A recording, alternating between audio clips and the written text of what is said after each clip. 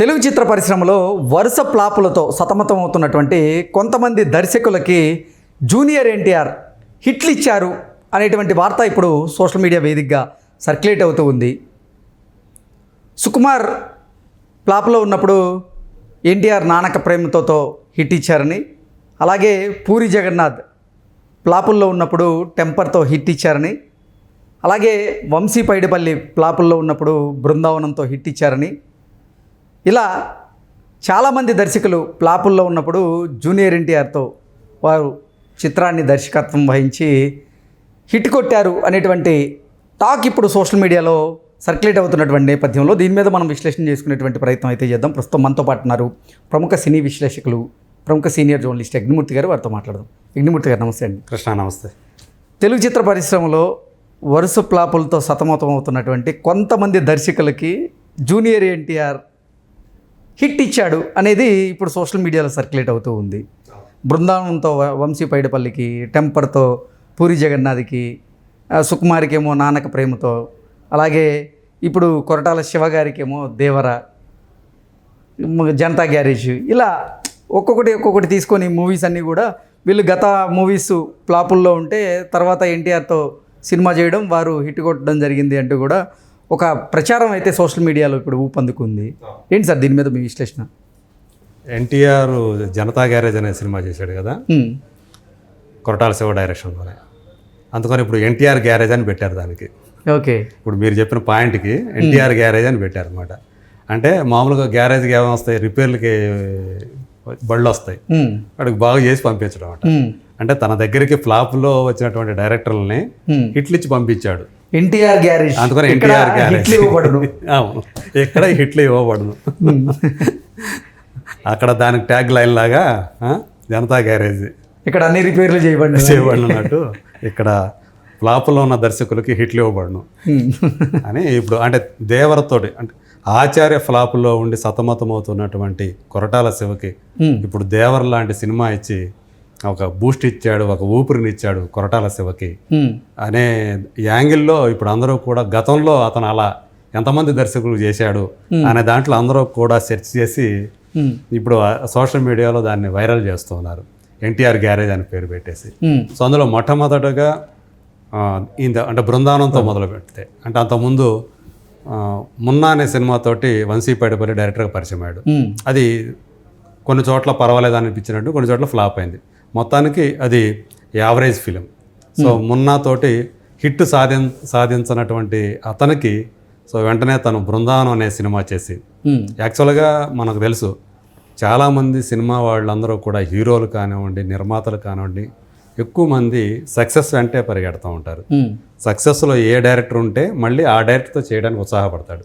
కానీ అందుకు భిన్నంగా జూనియర్ ఎన్టీఆర్ ఫ్లాప్ ఇచ్చిన డైరెక్టర్తో పనిచేసి అతనితో హిట్ కొట్టాడు అనేది ఇప్పుడు ప్రముఖంగా ప్రాచుర్యంలోకి వస్తుంది.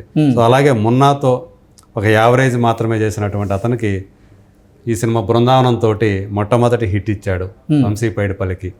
సో అట్లాగే హార్ట్ అటాక్ ఆ సినిమాతోటి ఒక మోడరేట్ పర్వాలేదు అన్నట్టే ఆడింది. అది కమర్షియల్గా అది ఫ్లాప్ అని చెప్పలేము అది, బట్ దాన్ని కూడా లెక్కలోకి తీసుకుంటున్నారు మనవాళ్ళు. ఎందుకంటే దాని తర్వాత టెంపర్ అనే సినిమా ఆయనకి ఇచ్చాడు పూరి జగన్నాథ్కి. అట్లా పూరి జగన్నాథ్ని కూడా మెట్టు పైకి లేపాడు అని అట్లా ఆ సినిమాను కూడా ప్రస్తావిస్తూ ఉన్నారు. సో అట్లాగే ఆ తర్వాత చూసుకుంటే సుకుమార్ మహేష్ తోటి వన్ నేను ఒక్కడిని అనే సినిమా చేశాడు. క్రిటికల్గా అది ప్రశంసలు పొందింది కానీ బట్ బాక్స్ ఆఫీస్ దగ్గర అది డిజాస్టర్ అయింది. మరి అలాంటి డిజాస్టర్ డైరెక్టర్ తోటి సినిమా చేసి నాన్నకు ప్రేమతో హిట్ ఇచ్చాడు. సో అట్లాగే ఆ తర్వాత చూసుకుంటే మళ్ళీ బాబీ. సో బాబీ సర్దార్ గబ్బర్ సింగ్ అనే సినిమాతో పవన్ కళ్యాణ్తో అది కూడా సినిమా చేసి ఫ్లాప్స్ అవి చూశాడు. సో అది కూడా డిజాస్టరే.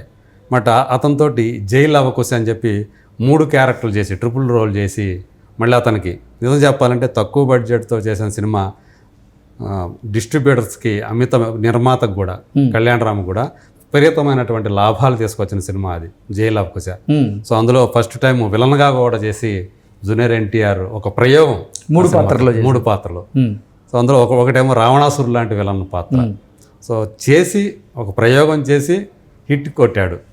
అట్లాగే అతనికి బాబీకి కూడా లైఫ్ని ఇచ్చాడు అని ఆ సినిమాని చేస్తున్నారు. ఆ తర్వాత చూసుకుంటే త్రివిక్రమ్.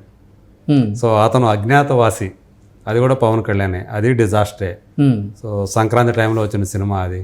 సో ఘోరంగా పరాజయం పాలైంది బాక్స్ ఆఫీస్ దగ్గర. మరి అతనితోటి అరవింద సమేత వీరరాఘవ సినిమా చేసి అతనికి హిట్ ఇచ్చాడు.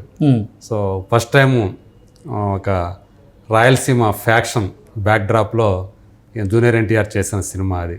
సో అది కూడా బాక్స్ ఆఫీస్ దగ్గర ఘన విజయం సాధించింది. అందులో పర్టికులర్గా అతను చెప్పినటువంటి డైలాగ్స్, జగపతి బాబు తోటికి అతను అప్పటికే జగపతి బాబు విలన్గా చాలా హైలో ఉన్నాడు. అవును. సో ఇద్దరి మధ్య వచ్చేటువంటి సీన్లలో జూనియర్ ఎన్టీఆర్ ప్రదర్శించిన నటన, అతను చెప్పిన డైలాగ్స్కి చాలా ప్రశంసలు దక్కాయి. సో అట్లా బాక్స్ ఆఫీస్ దగ్గర విజయం సాధించాడు.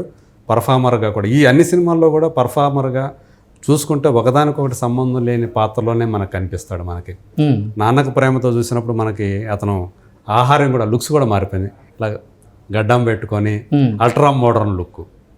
జైలు అవకుశలో చెవికి అట్లా పోగు కూడా పెట్టుకుంటాడు అసుర పాత్రకి. అట్లా డిఫరెంట్ గెటప్స్లో. సో అట్లాగే ఇప్పుడు దేవర చూస్తున్నాం. దేవరలో గతంలో ఎప్పుడూ చేయనటువంటి ఒక క్యారెక్టర్, అందులో మళ్ళీ డ్యూయల్ రోల్. తన వయసు ఇప్పుడు ఒక మెచ్యూర్డ్ రోల్ అందులో దేవర అనేది బాగా ఒక జాతికి నాయకుడిలాగా, ఒక ఊరికి నాయకుడిలాగా అతను చేసినటువంటి ఆ పర్ఫార్మెన్స్ ఇవాళ ఎలా పే చేస్తుందో మనం బాక్స్ ఆఫీస్ దగ్గర చూస్తూ ఉన్నాము. సో 200 కోట్లు నిన్నటి చూసుకుంటే 200 కోట్లు దాటిపోయిందని చెప్పేసి మనకు అందుతున్నటువంటి సమాచారం. సో అంటే నేను చెప్తుంది షేర్ 350 గ్రాస్ పరంగా చూసుకుంటే 350 కోట్లు వచ్చేసింది దాదాపు. సో ఇలా ఒక మంచి హిట్ ఇప్పుడు మళ్ళీ దేవర రూపంలో.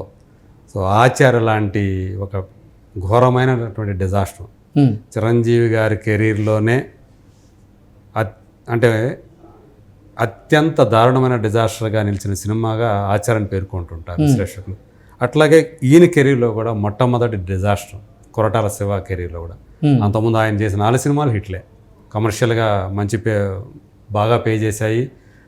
ఆ టైంలో ఆ హీరోలకి వాళ్ళ కెరీర్లోనే బిగ్గెస్ట్ హిట్గా నిలిచాయి. మిర్చి దగ్గర చూసుకున్నా కానీ.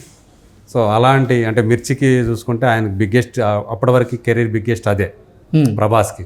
తర్వాత శ్రీమంతుడు, మహేష్కి అది బిగ్గెస్ట్ హిట్ అప్పటికి. ఆ తర్వాత మళ్ళీ జనతా గ్యారేజ్, ఎన్టీఆర్కి బిగ్గెస్ట్ గ్రాసరు. మళ్ళీ తర్వాత చూసుకుంటే భరత్ అనే నేను, అది బిగ్గెస్ట్ గ్రాసరు. సో శ్రీమంతుడికి మించి ఎక్కువ కలెక్ట్ చేసింది భరత్ అనే నేను. ఇట్లా ఆయా హీరోలకి ఆ టైంలో అంత బిగ్గెస్ట్ హిట్లు ఇచ్చినటువంటి కొరటాల శివ ఆచార్యకు వచ్చేటప్పటికి చిరంజీవి కూడా అదే రిపీట్ అవుతాం చాలామంది అనుకున్నారు. కానీ ఘోరంగా అత్యంత దారుణమైనటువంటి పరాభవాన్ని అది మూటగట్టుకుంది బాక్స్ ఆఫీస్ దగ్గర.